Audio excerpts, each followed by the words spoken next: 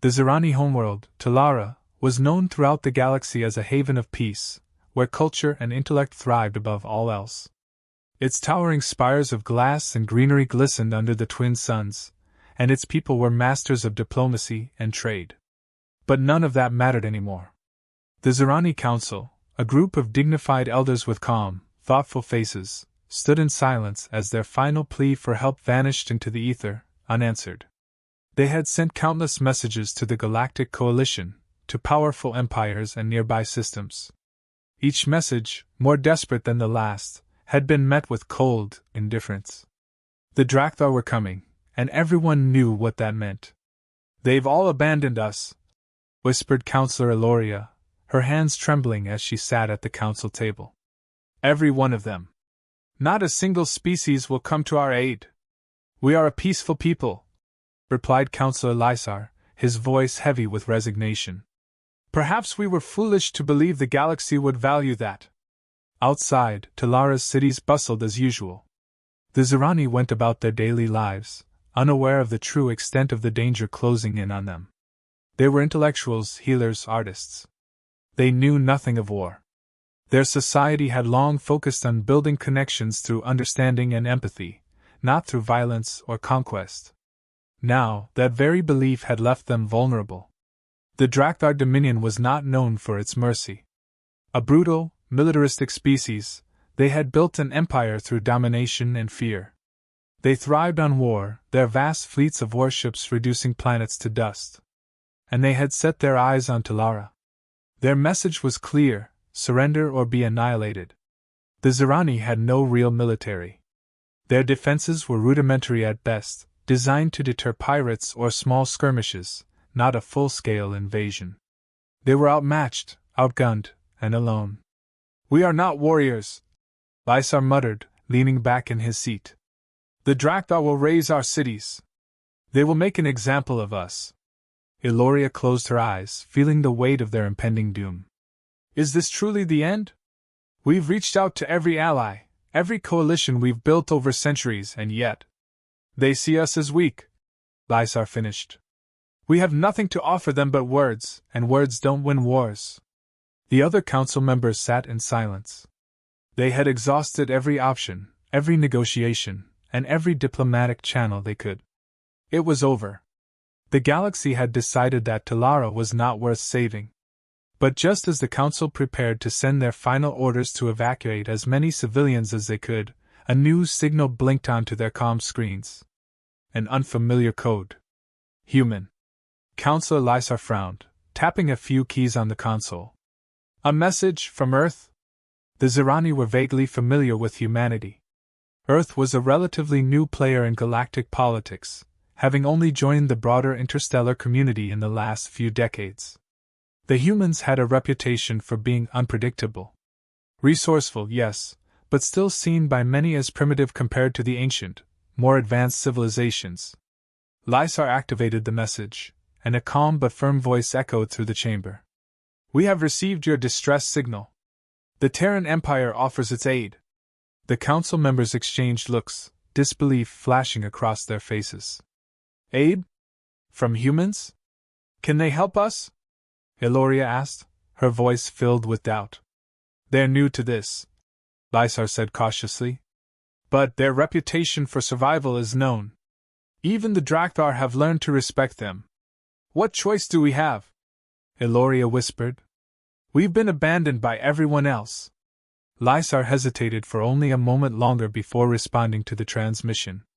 "Talara is in need, and we accept your offer." The message was sent, and for the first time in weeks, there was a flicker of hope in the council chambers. The humans were coming. It wasn't much to hold on to, but it was something. The Zirani had no illusions about their chances, but the humans had offered them a lifeline. A species that had once been seen as weak had risen to stand among the galaxy's most resilient. Perhaps, just perhaps, they could teach the Zirani how to survive. As the sun set over Talara, the Zirani waited, their future uncertain but no longer entirely hopeless. Captain Eva Mercer stood at the head of her team as the Terran task force touched down on Talara. The Zirani delegation greeted them with cautious curiosity. They were small, delicate figures, and their wide eyes betrayed a mixture of hope and fear. This was their last chance at survival, and they knew it. Mercer, calm and composed, wasted no time. After the initial formalities, she addressed the Zirani Council. Your strength doesn't come from brute force. It comes from your intelligence, your connection to each other, and your deep understanding of others. We can work with that. The Zirani, still hesitant, listened carefully. They were used to discussions of peace, negotiations, and careful diplomacy. The idea of war, of actually fighting, was foreign to them. But the humans had a different kind of approach. It wasn't about transforming the Zirani into warriors. It was about teaching them to fight smart. Mercer and her team immediately began working with the Zirani military leaders, though military was a generous term for what they had. These leaders had never seen real combat, their forces little more than ceremonial guards.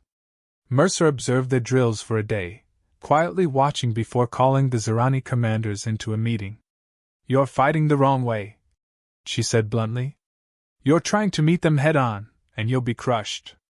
Your strength is your agility, your ability to move quickly and go unseen. We'll focus on guerrilla tactics, small, strategic strikes. Hit and run. Make them bleed in places they don't expect. At first, the Zirani officers seemed unconvinced. They had been taught to stand their ground, to protect their people directly. But Mercer had seen this mistake before. It wasn't about pride, it was about survival.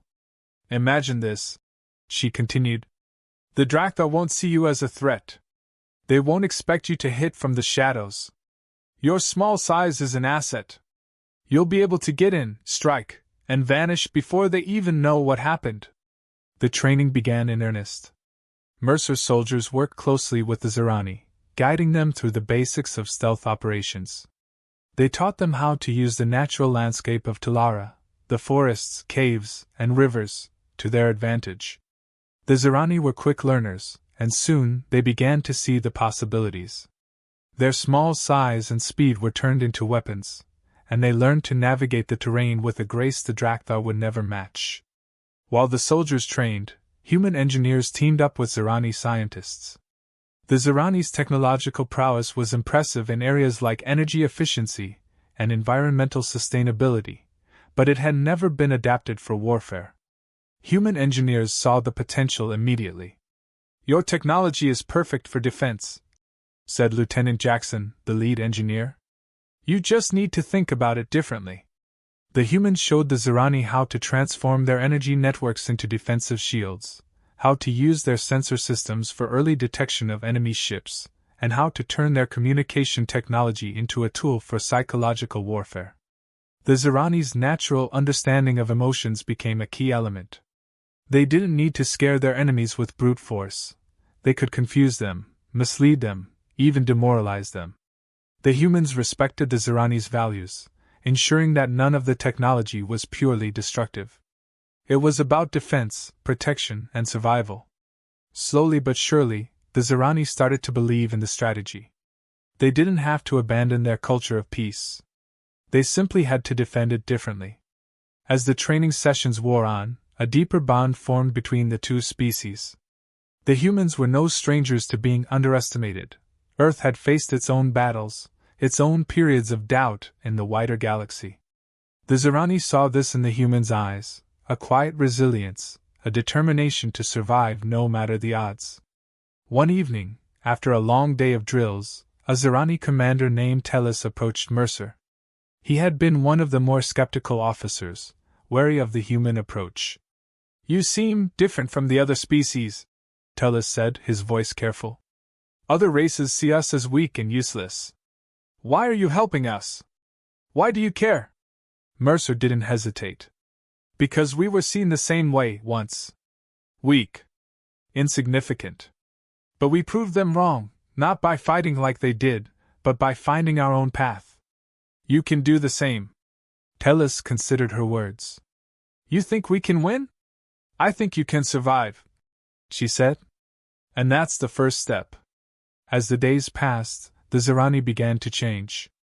They didn't become warriors in the traditional sense, but they embraced the idea of defending their world with intelligence and precision. The bond between the humans and Zirani deepened as they shared more than just tactics. The Zirani taught the humans the intricacies of negotiation, how to read opponents' emotions, and how to use empathy as a form of power. In return, the humans showed the Zirani what it meant to stand firm in the face of overwhelming odds. They taught them that survival wasn't about fighting harder, it was about fighting smarter. By the end of the second week, the Zirani were no longer the timid, pacifistic species they had once been. They were still peaceful at heart, but now they understood how to defend that peace. Together, the humans and Zirani had forged a new alliance, one built on trust, mutual respect, and a shared understanding that strength came in many forms. And with the Drakthar invasion looming ever closer, that strength would soon be put to the test. The first signs of the Drakthar invasion came as distant rumbles, low in the atmosphere. The sky above Talara darkened with the imposing shadows of their warships. To the Drakthar, this was another conquest, just one more planet to add to their dominion. They had crushed countless civilizations before, and the Zirani were supposed to be easy prey. But as the massive fleet approached, something strange happened. They met no immediate resistance. On the ground, the Zirani forces lay hidden. Captain Mercer, along with a few key human advisors, had devised a plan that would turn the Drakthar's own arrogance against them. The Zirani had meticulously prepared the battlefield, laying traps in the dense forests and rocky terrain that surrounded their cities. Energy shields, powered by the peaceful technology they once used for trade and communication, now served to mask their movements. And so, the Drakthar descended onto Talara, blissfully unaware of the silent storm waiting for them. Mercer stood beside Tellus, the Zirani commander who had become her closest ally. He peered through binoculars, watching as the Drakthar landed with their typical brute force, smashing into the planet with no finesse. "They're overconfident," Tellus whispered. "Just like you said." "Good," Mercer replied. "Overconfidence leads to mistakes." The first wave of Drakthar soldiers disembarked, spreading across the surface in search of resistance that didn't exist, at least, not in the form they expected. They marched boldly through the forests, their heavy armor making them clumsy in the thick vegetation. That's when the traps were sprung. With precision timing, the Zirani fighters, armed with newly designed stealth tech, struck. Energy pulses shot from concealed positions, disabling Drakthar equipment, frying their communications, and cutting them off from each other. Instead of an open battle, the Zirani hit quickly and retreated just as fast, using their knowledge of the terrain to disappear before the Drakthar could even react. Sabotage teams, led by Mercer herself, moved deeper into enemy territory, targeting Drakthar supply lines and key infrastructure. The Drakthar command ships, overconfident and spread too thin, were unprepared for the kind of war that had been laid out for them. Their ships, massive and cumbersome, became liabilities in the narrow canyons and dense forests. Zirani saboteurs, with guidance from human specialists, planted explosives on critical support systems, crippling the Drakthar supply chain. "Timing is everything," Mercer reminded her team as they snuck into position near a Drakthar landing zone. The Zirani, small and nimble, used their size to sneak past defenses, planting charges that would send shockwaves through the Drakthar ranks. Soon, explosions rippled through the Drakthar encampments. Fires erupted in the sky as ships faltered, power flickering in their engines. The Drakthar commanders, who had expected an easy victory, found themselves facing chaos. Their enemies were ghosts, striking from the shadows and vanishing before they could retaliate. Even as the physical battle raged, another war was being fought in the minds of the Drakthar soldiers. The Zirani, using their deep understanding of psychology, manipulated their enemies' impatience and frustration. Misinformation spread through the Drakthar ranks like wildfire. Some soldiers were led to believe that reinforcements had been cut off, others were fed false intel about Zirani forces surrounding them. The result was a growing paranoia, an uncertainty that seeped into even the most hardened of Drakthar warriors. Captain Mercer smiled grimly as reports of Drakthar infighting reached her. The Zirani had been quick to adapt to these tactics. Tellus, once doubtful, was now a key player in the psychological games they were running on their enemies. The Drakthar commanders, growing desperate, launched a series of aggressive assaults, trying to flush out their elusive adversaries. But it only played into the Zirani's hands.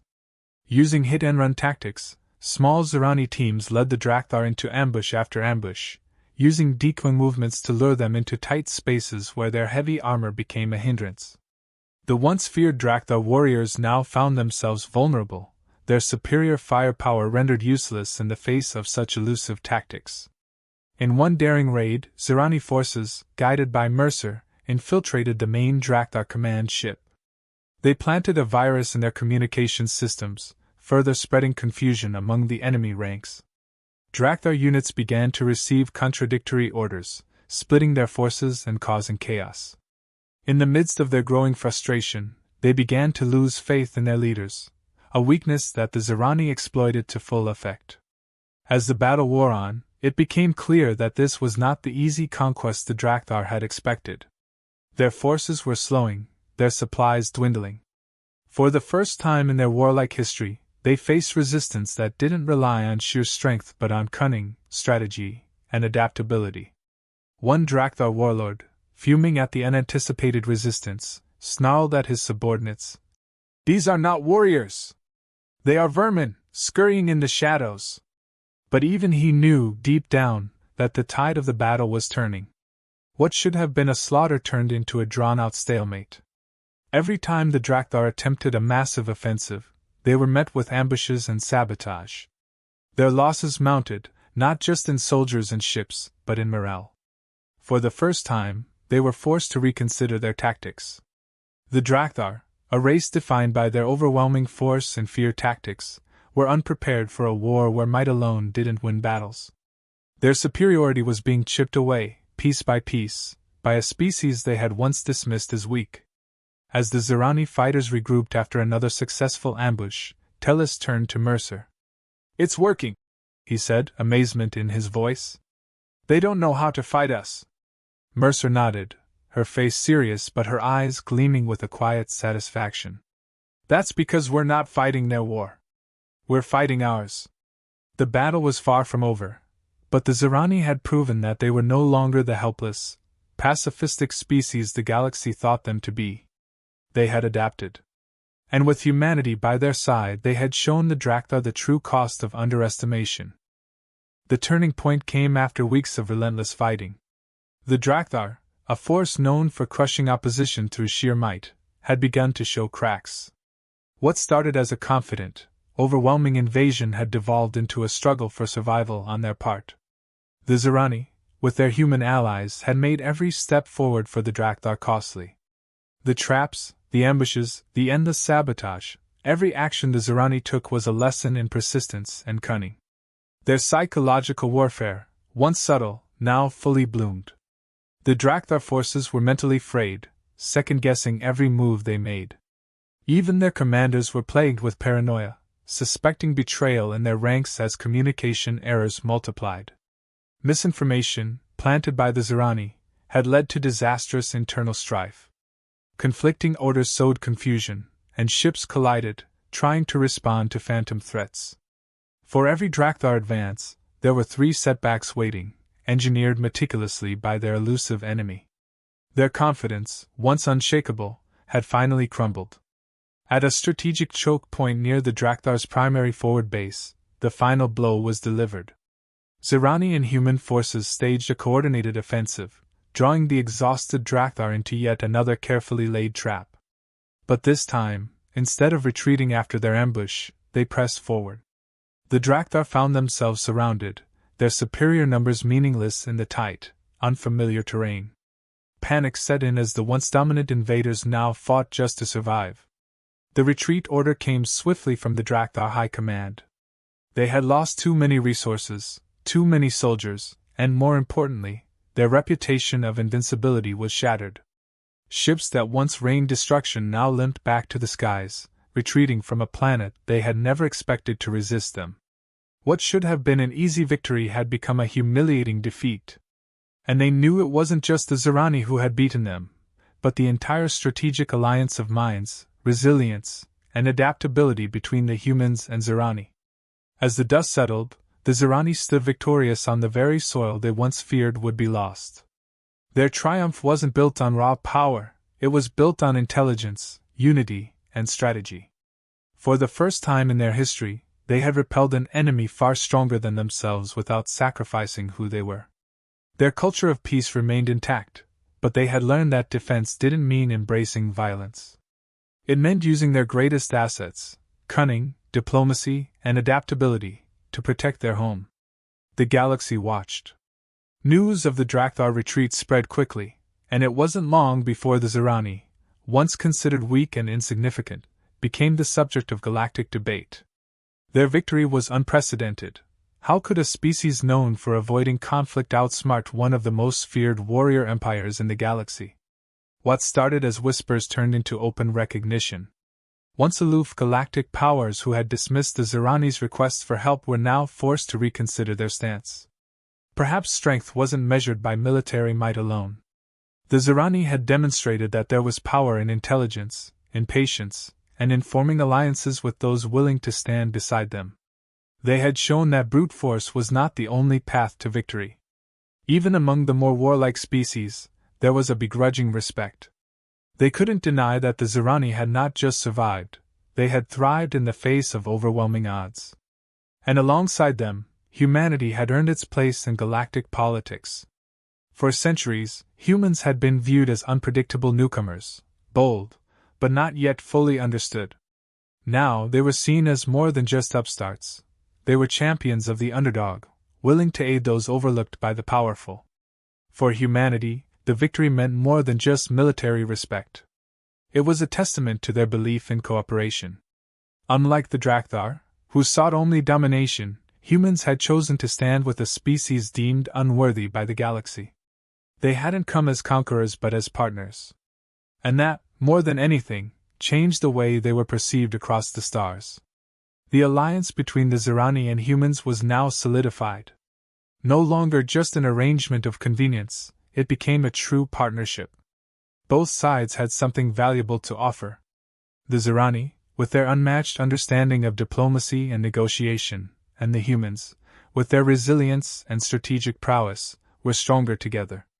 They pledged to continue working side by side, not just in times of war, but in times of peace, advancing their mutual knowledge and ensuring they were never caught unprepared again. In the aftermath of the battle, as the Zirani began rebuilding and the humans prepared to return home, there was a moment of quiet reflection. Captain Mercer stood alongside Tellus, overlooking the war-torn landscape that would soon be a symbol of Zirani strength. "It's not just about winning," Tellus said quietly. "It's about how we've chosen to win." Mercer nodded, her gaze steady. "You didn't have to become them to defeat them. That's the real victory." The bond between their species would last far beyond this battle. It was a reminder to the galaxy that there was more than one way to be strong. And in the face of overwhelming force, sometimes the greatest weapon was simply refusing to give up. As the Drakthar licked their wounds, the galaxy watched the Zirani-human alliance rise. It was a new chapter in galactic history, one that didn't just belong to the victors, but to all who believed in the strength of unity over domination. The Drakthar were gone, but the scars of their invasion still marked the Zirani homeworld. Yet, despite the destruction, there was an undeniable sense of renewal. The Zirani, once unsure of their own survival, now rebuilt with a quiet determination. They had not changed their core values. They remained a species dedicated to peace, but they had learned a profound lesson. Strength wasn't defined by the ability to destroy. It was about resilience in the face of adversity, adaptability in the midst of chaos, and unity when hope seemed lost. The humans, their unexpected allies, had left a lasting impact. As the Zirani constructed new cities and restored their lands, they did so with human innovation and tactics in mind. It wasn't about becoming militaristic, it was about fortifying their world, preparing for the future without abandoning their identity. They were no longer defenseless but empowered with the knowledge that they could protect their people without sacrificing their core beliefs. Before the humans departed, they left behind more than just weapons or technology. A small group of human advisors and engineers stayed, helping the Zirani continue refining their defenses and maintaining their newfound sense of security. They were not conquerors or occupiers, but partners who had seen the potential in a species the galaxy had overlooked. In gratitude, the Zirani offered the humans a rare artifact, a symbol of their eternal friendship. It was a relic of their ancient history, representing the harmony they had always valued. This wasn't just a token of thanks.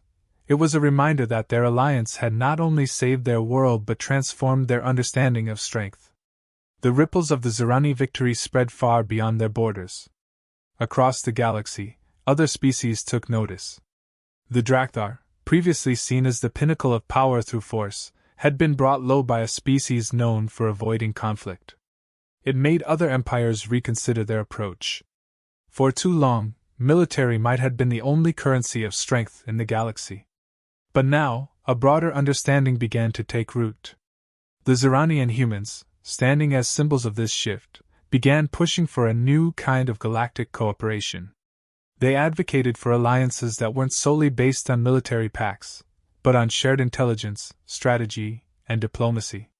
The Zirani, with their deep understanding of negotiation, and the humans, with their resilience and willingness to defy the odds, championed a future where diplomacy and unity held as much weight as warships and armies.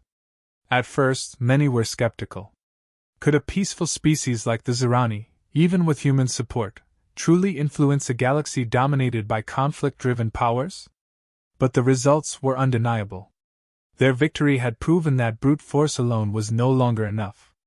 There was a new path to strength, one that didn't rely on domination but on cooperation, adaptation, and outthinking the enemy.